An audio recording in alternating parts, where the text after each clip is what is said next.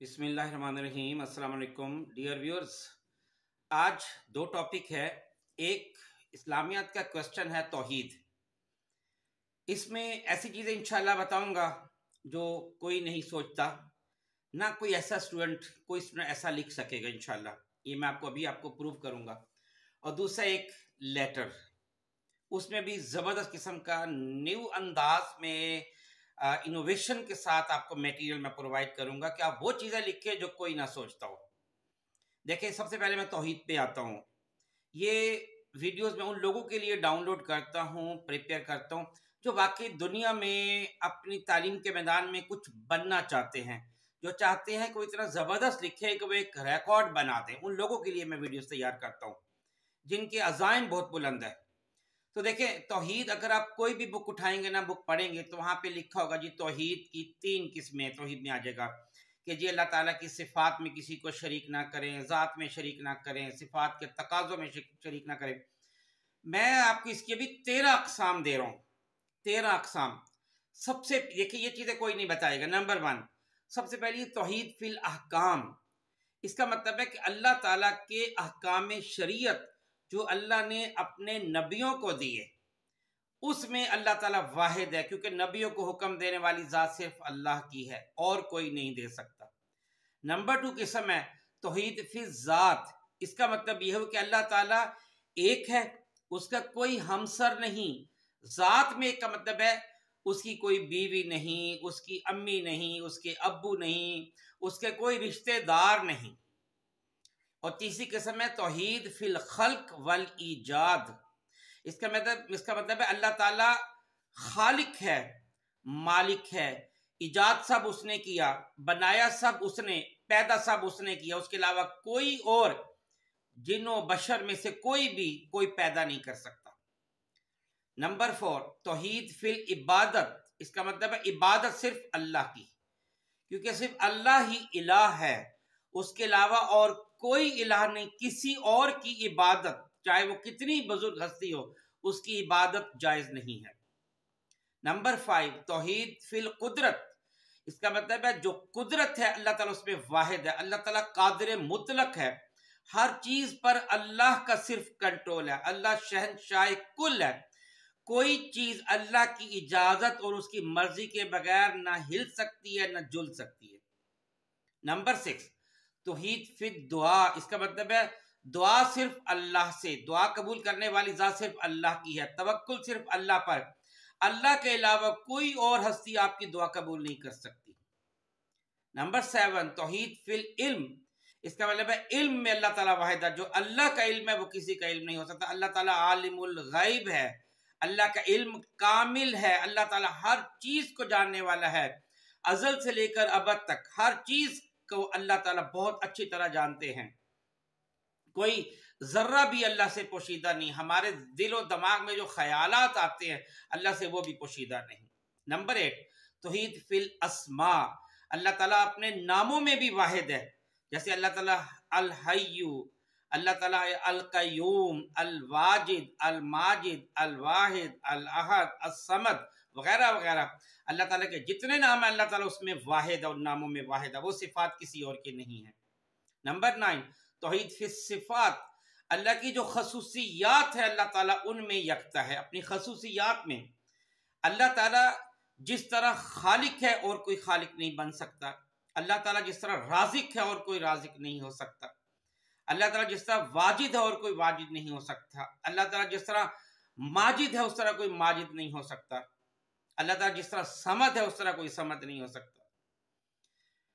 और फिर नंबर 10 तौहीद फिल अफ़ाल। अल्लाह ताला अपने अफ़ाल में, अपने कामों में भी वाहिद है, यकता है, यगाना है। जो अल्लाह कर सकता और कोई नहीं कर सकता। अल्लाह किसी को नबी बना सकता और कोई किसी को नबी नहीं बना सकता। अल्लाह ताला जिसको चाहे बख्श दे, अल्लाह के अलावा और कोई बख्श नहीं सकता। जिसको अल्लाह पकड़ ले उसको कोई छुड़ा नहीं सकता। नंबर 11 तौहीद फित तहरीमात।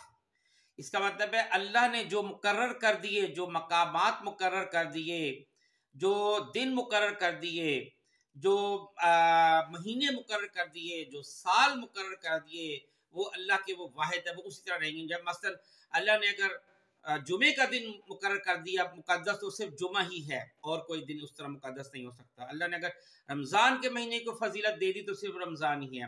اللہ تعالیٰ نے اگر مکہ مدینہ کو بہت فضیلت دے دی تو مکہ مکرمہ ہی ہے۔ جو اللہ نے دے دی، جن چیز کو فضیلت خدا نے دے دی، اللہ تعالیٰ اس میں واحد ہے۔ اور پھر نمبر 12 ہے توحید فی النذور، اس کا مطلب ہے جو نظر و نیاز کرنی ہے، جو صدقہ کرنا ہے، جو خیرات کرنی ہے، وہ صرف اللہ کے نام کی ہو سکتی، اللہ کے علاوہ کسی کے اور کے نام کی نہیں ہو سکتی۔ اللہ تعالیٰ ان میں واحد ہے۔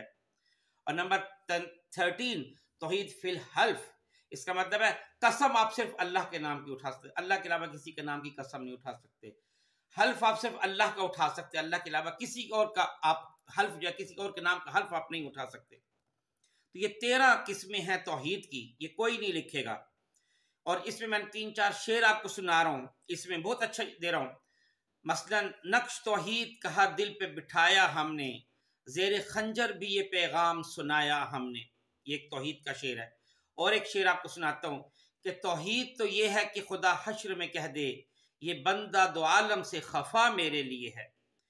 اسی طرح ایک اور شعر کہ زبان سے کہہ بھی دیا لا الہ تو کیا حاصل، دل و نگاہ مسلمان نہیں تو کچھ بھی نہیں۔ اور ایک اور شعر سناتا ہوں جو آپ نے اپنی جگہ پہ کہیں نہ کہیں اس میں فٹ کرنا ہے کہ توحید کی امانت سینوں میں ہے ہمارے، آسان نہیں مٹانا نام و نشاں ہمارا۔ اچھا پھر آپ نے اس میں آپ نے یہ بتانا کہ اللہ تعالیٰ ایک کیوں ہے، اس کا آپ نے جواب، یہ ہیڈنگ دیں گے آپ، تو اس کا جواب دیں گے کہ دیکھیں اگر اللہ تعالیٰ 2 ہوتے تو پوری کائنات کا نظام درہم برہم ہو جاتا۔ مثلا ایک کہتا ہے میں سورج مشرق سے نکالوں گا، دوسرا کہتا ہے میں مغرب سے نکالوں گا، تو کہاں سے نکلتا؟ ایک کہتا ہے میں اس کو بخشوں گا، ایک کہتا ہے میں اس کو نہیں بخشوں گا، ایک کہتا ہے میں اس کو نبی بناؤں گا، دوسرا کہتا ہے نہیں میں اس کو نبی بناؤں گا، تو کوئی بھی کام نہیں چل سکتا تھا۔ اس لیے جس طرح کوئی فیکٹری، کوئی مل، کوئی سکول، اس کا حاکم، وارث، مالک یا جو اوپر لیڈر ہوتا ہے وہ ایک ہوتا ہے، بالکل اسی طرح کائنات میں بھی صرف ایک ہستی کی گنجائش ہے جس کا پوری طرح اوورال حکم چلتا ہو، اس لیے ایک اللہ کی ضرورت ہے۔ اور پھر اس میں آپ نے یہ بھی بتانا ہے کہ اس کی ضرورت کیوں ہوتی ہے کہ کوئی خدا جو ہے موجود ہو۔ دیکھیں جس طرح کوئی شے خود بخود نہیں بن سکتی، موبائل خود نہیں بنا، کبھی آپ نہیں کہہ سکتے کہ موبائل خود بن گیا، کار خود بن گئی، نہیں ہو سکتا۔ دنیا میں زندگی میں آپ کو جتنی چیزیں نظر آ رہی ہیں، میز ہے، کرسی ہے، بک ہے، بیگ ہے، گاڑی ہے، موٹر سائیکل ہے، آپ بازار میں چیزیں دیکھ لیں، دکانیں، کوئی چیز آپ نہیں کہہ سکتے خود بخود بن گئی، اس کا مطلب ہر چیز کسی نہ کسی نے بنائی ہے۔ تو اس طرح یہ کائنات بھی کسی نہ کسی نے بنائی ہے۔ نمبر 2 اس میں آپ دیکھیں گے کہ کوئی اسکول پرنسپل کے بغیر نہیں چل سکتا، کوئی فیکٹری مینیجر کے بغیر نہیں چل سکتی، بینک اپنے افسر کے بغیر نہیں چل سکتا، کوئی بھی محکمہ افسر کے بغیر نہیں چل سکتا، اس کے لیے کوئی سیکٹری ہونا ضروری ہے، کوئی اس کا افسر ہونا ضروری ہے، آرمی ہے تو اس کا چیف آف آرمی اسٹاف ہونا ضروری ہے، پولیس ہے تو اس کا آئی جی ہونا ضروری ہے، ملک ہے تو اس کا وزیر اعظم ہونا ضروری ہے۔ بالکل اسی طرح یہ جو کائنات ہے اس کا بھی ایک خدا ہونا ضروری ہے۔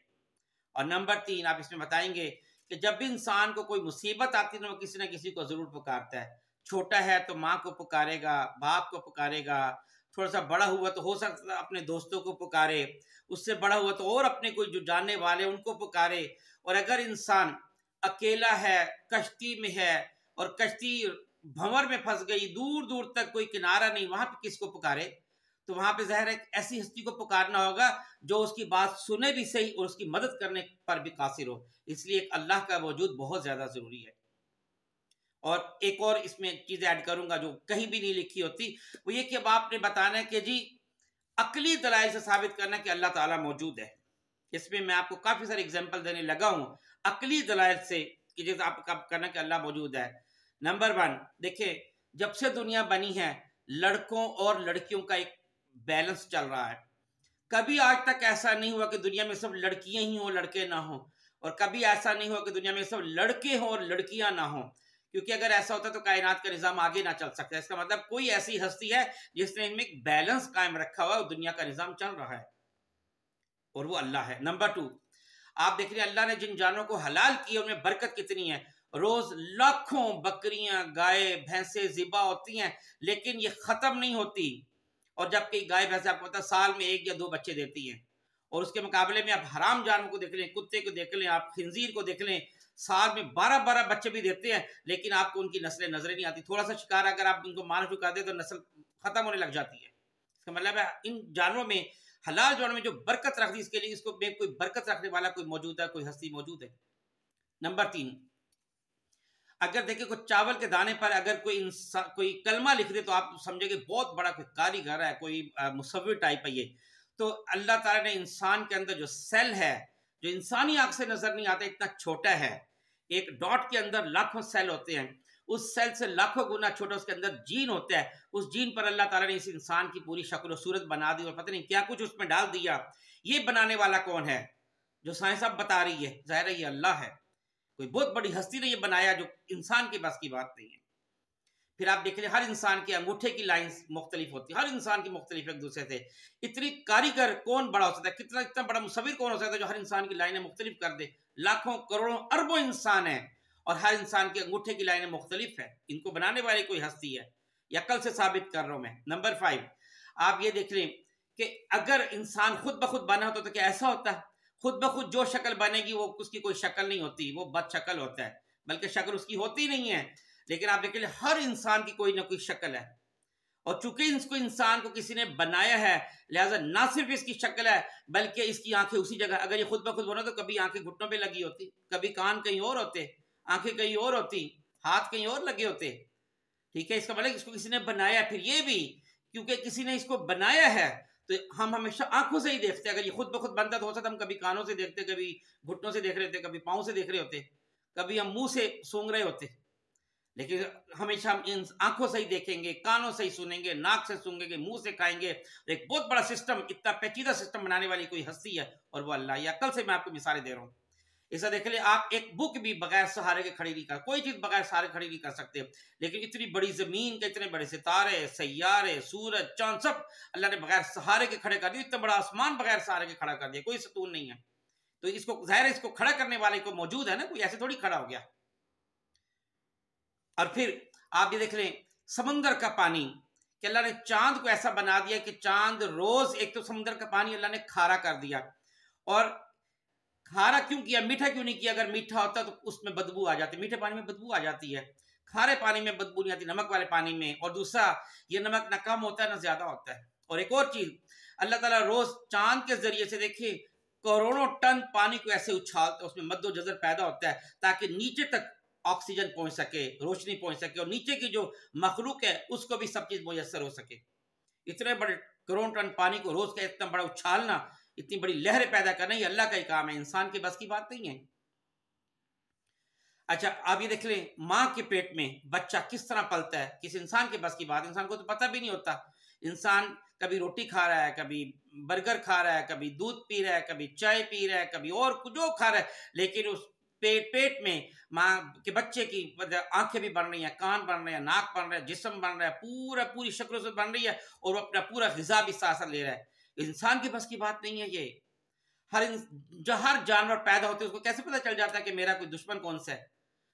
कोई भी जानवर, जो बच्चा पैदा होता है ना, उसको पता होता है मेरा ये दुश्मन है, ये मेरा दोस्त है। बच्चे को पता होता है मैंने माँ का दूध कैसे पीना है। ये सब चीजें उसको कौन वही करता है? शहद की मक्खियों को कौन वही करता है? हजारों मील, सैकड़ों मील दूर अपने छत्ते से जाती हैं और वापस फिर उसी जगह आ जाती है हवा में सफर करके।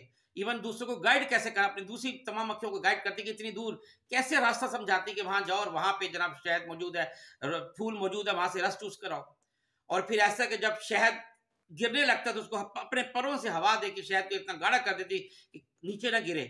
ये सब चीजें मौजूद पता बताती है, अकली दलीलें हैं कि अल्लाह ताला मौजूद है। ये सब बातें आपने तौहीद के अंदर लिखनी है। ये वो बातें बोल रहा हूँ जो कोई नहीं बोलता, ना किसी को इस चीज की समझ आती, ना कोई ऐसा सोच सकता है। इस तरह की बातें आप लिखे, आप बिल्कुल कमाल के लिखेंगे।